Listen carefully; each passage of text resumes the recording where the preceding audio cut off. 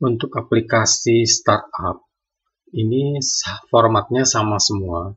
Yang membedakan adalah di sisi format pengisian data-datanya di sini. Jadi untuk pengisian setup adalah sama semua dan bisa dimulai dari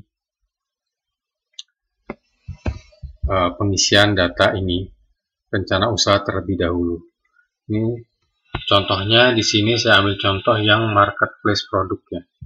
Jadi nama proyeknya marketplace produk ya, ini bebas ya namanya, jenis usahanya marketplace ya.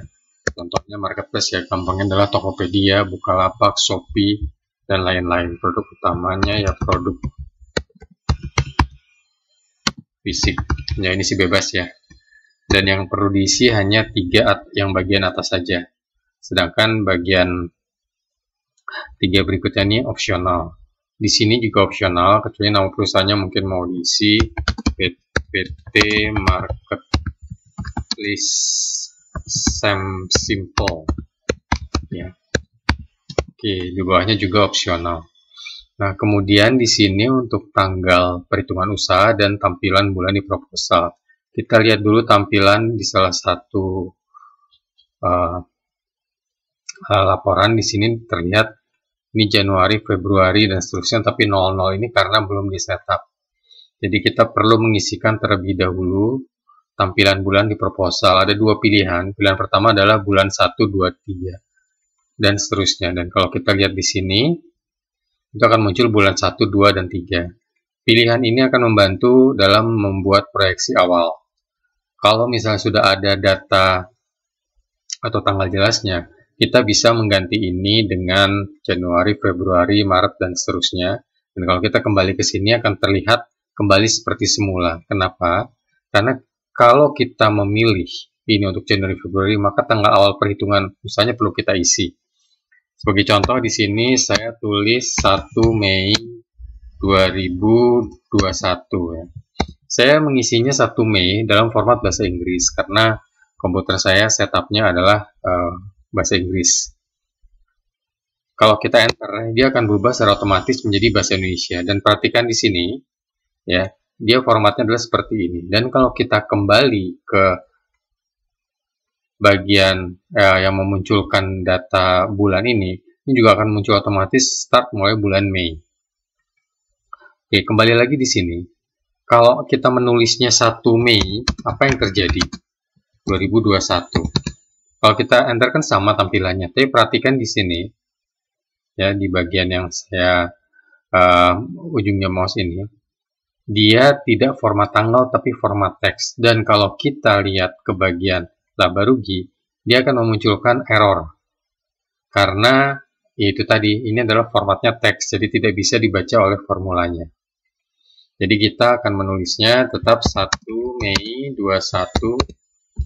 Di sini terlihat ya, format seperti ini. Kalau kita kembali, format bulannya akan sesuai dengan yang kita ketikkan di data usaha. Oke, untuk mulainya kita baik mulai dengan format bulan 1-2 untuk memudahkan kita dalam mengisi data-data usahanya. Ya. Oke, setelah data usaha kita bisa masuk ke format laporan. Pada prinsipnya di sini sudah diisikan kategori-kategori yang sesuai dengan perusahaan startup, terutama yang sifatnya teknologi atau IT. Ya. Penamaan di sini bisa diganti, ya. Hanya tidak bisa dirubah peruntukannya. Dan perlu diperhatikan pada saat kita membuat proyeksi usaha, kita tidak perlu sampai detail sekali terhadap kategorinya. Cukup yang penting-pentingnya saja sehingga kita bisa mendapatkan profil dari usaha kita. Apakah itu menguntungkan ataukah perlu di-revise. Jadi nanti akan banyak bolak-balik antara yang sudah diisikan di awal dengan angka-angka yang dirasa paling optimum dan juga sudah menyesuaikan dengan permodalan yang kita punya. Jadi untuk setup hanya 2 itu saja ya, data usaha dan format laporan. Kemudian nanti kita bisa masuk ke bagian perencanaan.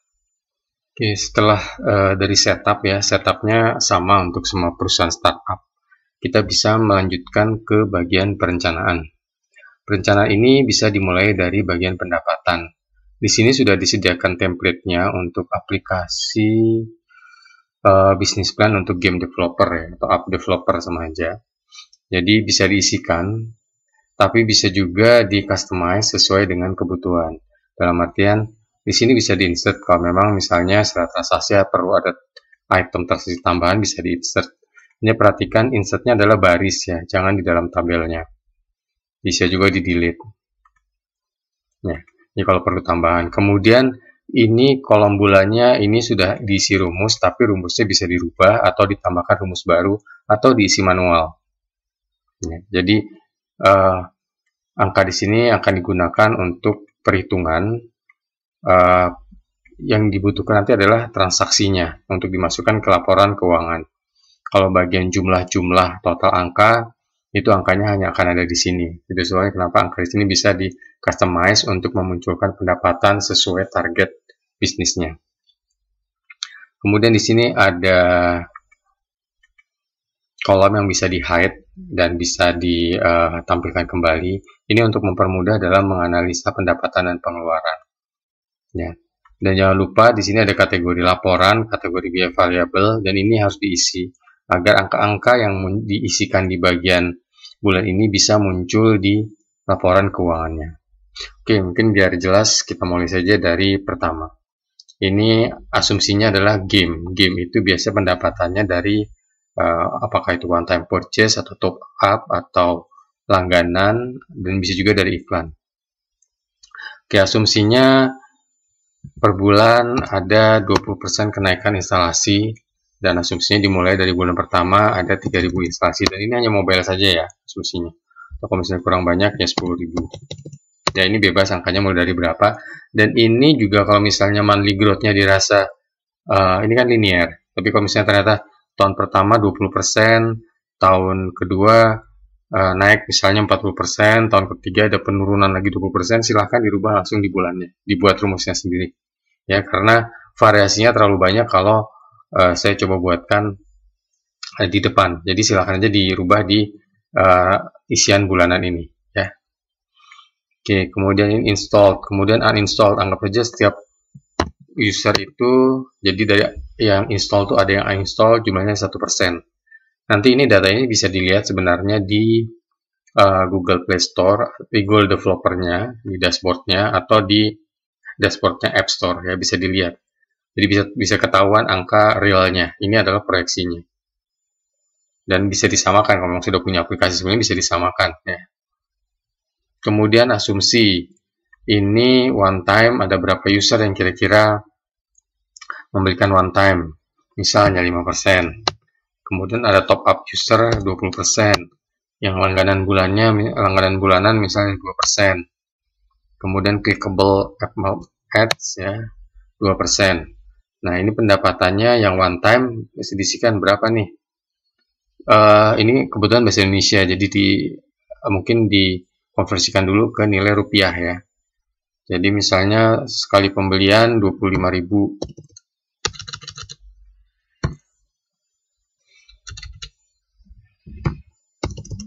Kemudian top up, sekali top up berapa? 25.000 juga misalnya. Langganan bulanan, kalau per bulanan langganan 15.000. Admop ad misalnya sekali klik 5.000. Kemudian ada iklan tambahan. Nah, ini bisa diisikan langsung di sini kalau iklannya mungkin private ad ya. Ini saya tarik aja ke kanan karena tidak ada formulanya. Perhatikan kalau ada yang seperti ini bukan error ya, tapi kolomnya kurang besar, jadi bisa dipilih di sini dan dibesarkan kolomnya. Dia akan ini otomatis membesarkan otomatis ya. Oke, kemudian ini marketing ads. Jadi untuk setiap satu user ada keperluan itu acquisition cost-nya berapa misalnya. Anggap aja 10.000 per satu user. Kemudian pengeluaran variabel untuk one time. Dianggap 30%. Ya, ini para variabel biasanya dicas langsung oleh Google Play-nya ya.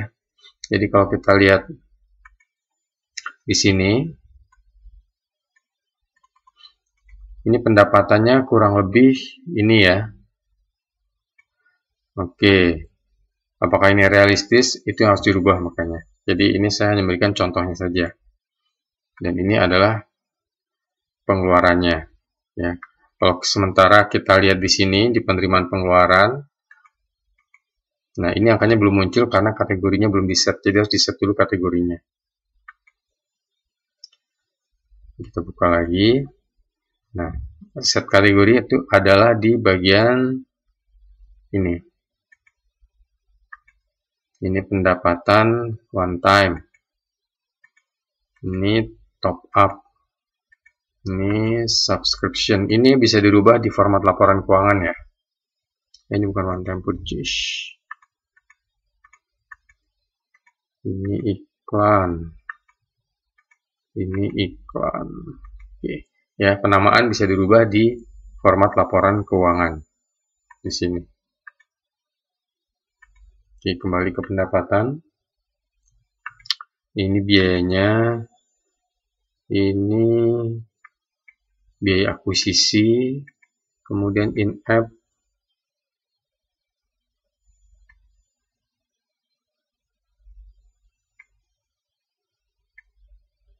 Oke, ini saya samakan saja ya. Oke, di sini kalau kita lihat di penerimaan pengeluaran kas, kita bisa melihat bahwa nilainya negatif di 2 bulan pertama, tapi ini baru berdasarkan penerimaan dan pengeluaran biaya variabelnya. Belum ada investasi, beban operasional, utang bank, dan modal belum masuk, jadi ini tidak mungkin untuk dijalankan. Tapi ini untuk melihat di depan, nanti kemudian bisa dirubah-rubah setelah angka-angkanya dimasukkan semua. Oke, untuk pendapatan kita akan lanjutkan. Kalau di atas tadi asumsinya untuk Google Play Store, di bawah ini adalah untuk Apple App. Jadi kita bisa isikan, ya kalau memang tidak sulit kita asumsikan angka yang sama saja. Berarti asumsinya ini 20%, anggap installnya mulai dari 1000, kemudian uninstall 1%, kemudian in-app purchase, transaksi asumsinya kita anggap sama. Ini saya copy.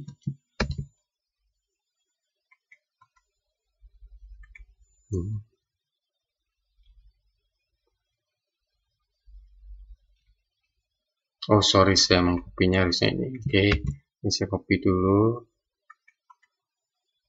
Spesial, oke. Kemudian ini harganya. Anggap kalau di Apple tidak ada add mob, ini kita delete ya. Jadi ini bisa insert delete, kita delete saja.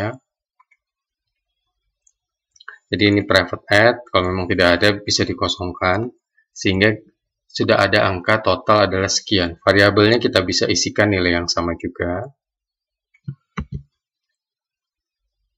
Oh sorry, di sini karena tidak ada iklan, hanya in-app saja. Ya ini pada prinsipnya formatnya bisa disesuaikan sesuai dengan yang direncanakan. Nah kemudian jangan lupa ini bisa copy saja di sini pendapatan, kemudian ini sama, saya masukkan ini nama kategorinya. Bisa diganti di format laporan keuangan ya, saya mengingatkan lagi. Jadi kalau ingin mengganti ini adalah di format laporan keuangan. Ini secara pendapatan sudah lengkap ya.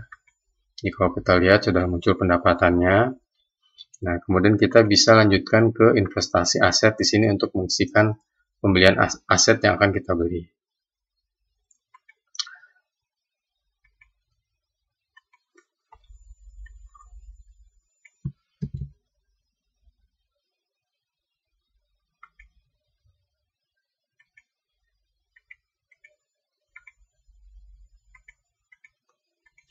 Oke, di sini kita bisa mulai dengan misalnya pengembangan aplikasi. Misalnya harganya 300 juta. Kemudian renovasi kantor, komputer, printer, ya. Ini renovasi 200. Komputer misalnya kita beli 10 unit. satuannya unit, ini printer 2 unit 3, harga satuannya 15 juta, 2 juta. Oke, hanya di sini jangan lupa untuk mengisikan juga yang ini copy, diisikan di sebelah kanan untuk rencana pengeluaran kasnya. Jadi contohnya kalau ini asumsinya keluar bulan pertama semua, tapi kalau misalnya pembuatan aplikasi ada 3 termin, kita bisa isi misalnya dalam 3 bulan, ya bulan 1, bulan 2, bulan 3 ya. Dan jangan lupa di sini dipilih kategori yang sesuainya. Pengembangan aplikasi, renovasi kantor.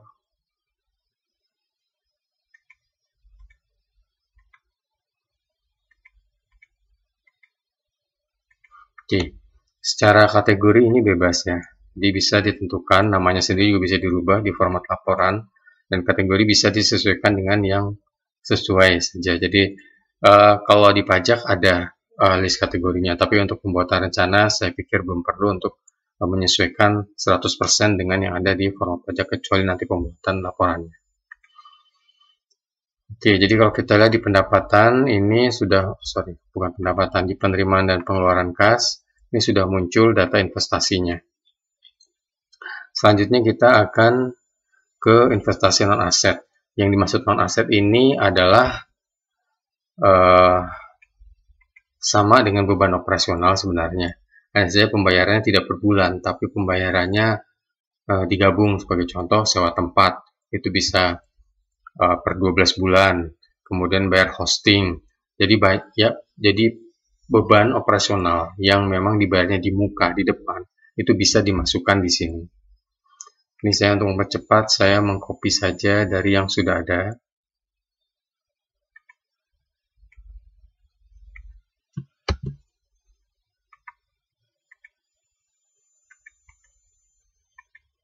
Ya, jadi ini contohnya 80 juta, ini selama setahun. Jadi diisikan ini untuk penggunaan bulan pembayarannya bulan 1, penggunaannya selama 12 bulan.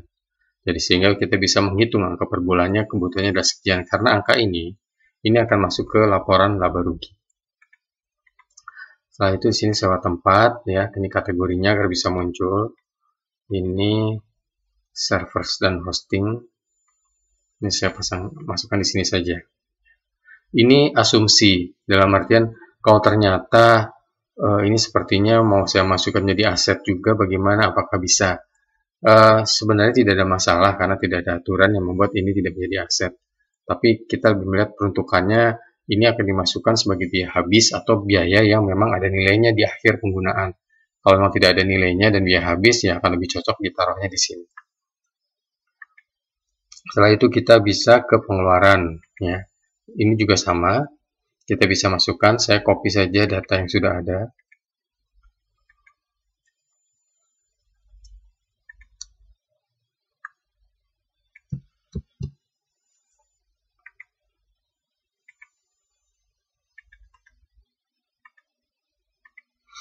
Oke, di sini sudah muncul. Ini penulisan juga bebas ya. Nah, hanya saja seperti tadi, kita harus menentukan berapa biaya yang dikeluarkan mulai bulan pertama. Misal bulan pertama ya di sini hanya 1 saja dulu, yang lain belum keluar. Kemudian anggap saja baru ada telepon dan ini dulu ya. Oke, jadi ini angkanya bisa diisi manual, disesuaikan dengan rencana yang akan dibuat. Ini saya untuk mempersingkat ya, ini saya copy ke kanan. Oke. Nah, setelah itu di sini harus diisikan. Jadi jangan lupa ini untuk bebannya diisikan terlebih dahulu. Ini arsip telepon, administrasi, inovasi perbaikan, transportasi, arsip telepon,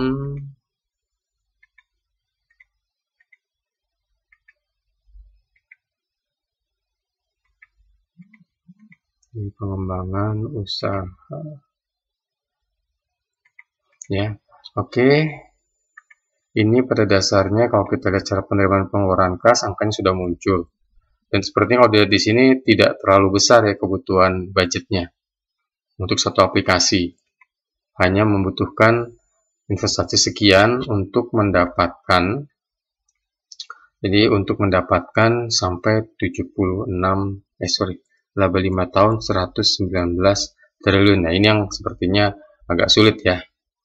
Ini angkanya sudah bukan miliar triliun, berarti ini perlu disesuaikan lagi. Di sini nih saya mengambil contoh. Ya, di sini kita akan lihat yang install itu sampai berapa. Karena ini saya close dulu. Oke. Ini di tahun ada 2,5 juta yang install. Jadi total usernya itu ada 15 juta. Total install ada 2,5 juta. Ya. Oke. Jadi ini apakah reasonable ataukah ini terlalu besar? Nah, di sini kita bisa set dulu, misalnya asumsinya in-app purchase-nya 1%, bagi apa yang terjadi kalau 1%? Yang top up hanya 10%. Ya. Oke, pendapatan one time-nya misalnya dikecilkan 20.000, top up-nya 15.000, subscription-nya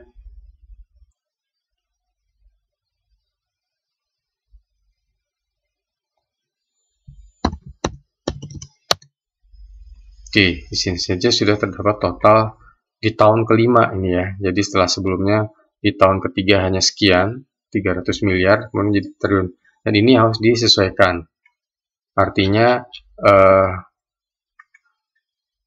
untuk menyesuaikan berarti kalau memang di level di sini sepertinya kurang pas, bisa di copy di level di sininya. Jadi misalnya tadi setelah bulan ke 24 itu kita bisa copy sebagai contoh 24, oke. Jadi kita copy bulan 13. Ini saya ngasih contoh untuk menyesuaikan ya. Oke, sekarang ini penambahannya sekian. Apa yang terjadi? Ini kita bisa masukkan lagi. Oke, angkanya menjadi sekian, total pendapatan sekian. Oke, itu silahkan diatur-atur karena ini saya hanya memberikan cara penggunaannya. Oke, di sini setelah tadi kita bisa masuk ke permodalan. Di permodalan akan terlihat, tadi kalau kita lihat di penerimaan dan pengeluaran, itu harus cover 3 bulan dan nilainya sekian.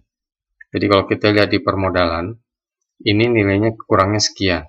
Nah, sebelum kita masukkan pemilik modal, kita harus set dulu apakah ada pinjaman, target pinjaman. Sebagai contoh, karena kalau ada pinjaman, angka ini akan berubah nih, ini kan kurang 900 sekian. Misalnya ini asumsinya bunga 6, tenornya 24, jumlahnya misalnya ada yang ngasih pinjaman bank sekian. Perhatikan, dari tadinya, dan ini diterima di bulan ke-1. Oke, perhatikan, kalau tadinya kita print di sini, butuhnya 932. Kalau 500, otomatis harusnya 432.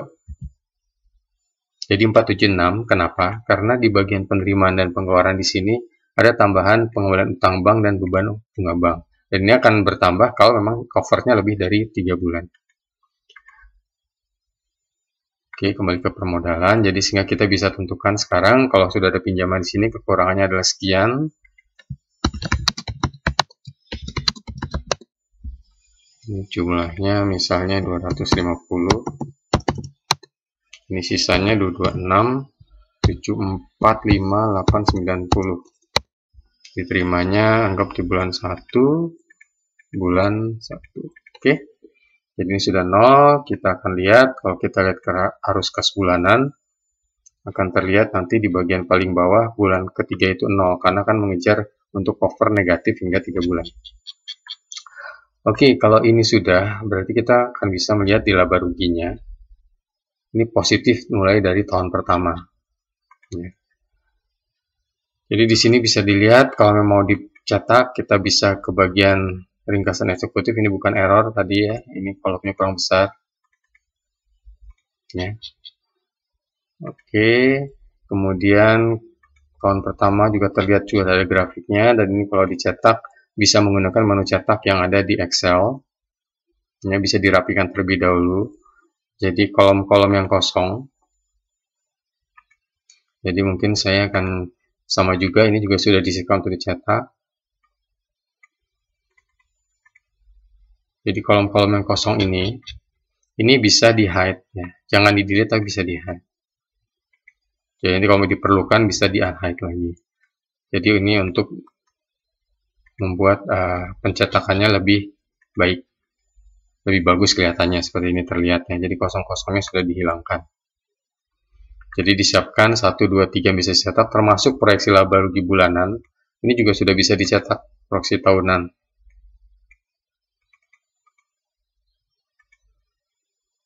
Nah, ini bisa dicetak.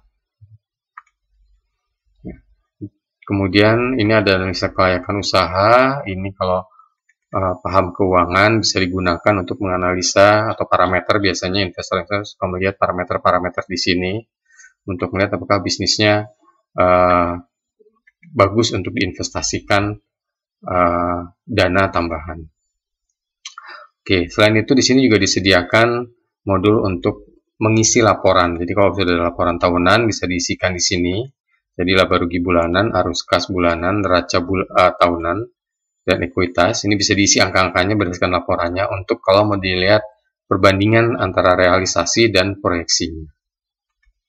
Oke, saya kira itu ya, mudah-mudahan dapat dipahami.